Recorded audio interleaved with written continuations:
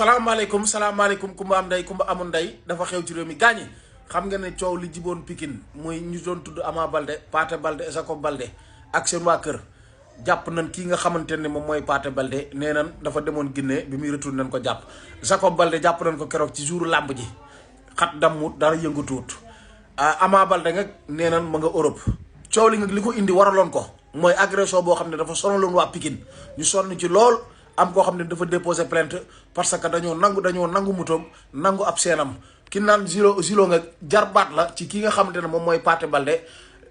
moom la police demoon doon seet gars yi nekk fa di jéngoonte dégg ngeen ko comme ni ngeen ko déggoon xibaar yi xaw a jàppanteeg policiers yi ba gaañ fa accident ba lii moo waral ñoom ñu daal di daw ñu leen doon seet léegi nag policiers yi seen wàllu bopp ñu ne xeetu yàmbaa ba ñu fa duggee ci kër ga da leen doon xeeñ ñuy commencé wër gis nañ fa lu mat fukki paquet ak ñeent maanaam 14 yoo xam ne dañ ko paqueté ak ciseau teg nañ ci loxo fi mu toll nii nag moom yaakaar naa ne jàpp naa ne fi mu toll nii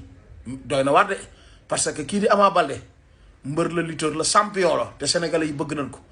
lu mënoon a xew rek waroon naa mën a toog dëggal boppam te xam ne moom champion la nit ñi am na feneen fu ñu koy xaar fu dul fii bu fekkee tamit yaa ngi may dégg ñibbisil Sénégal sa réew la yaa ko moom kenn ëppalewu la fi doo criminel doo dara xëy na erreur la am na ñibbisil nga ñëw Sénégal ñu régler problème bi daal di jeex parce que problème du wees xale yi njaboot yi dañoo doy waar kenn mun leen a contrôler waaw ñibbisil nga ñëw sa réew loolay dëgg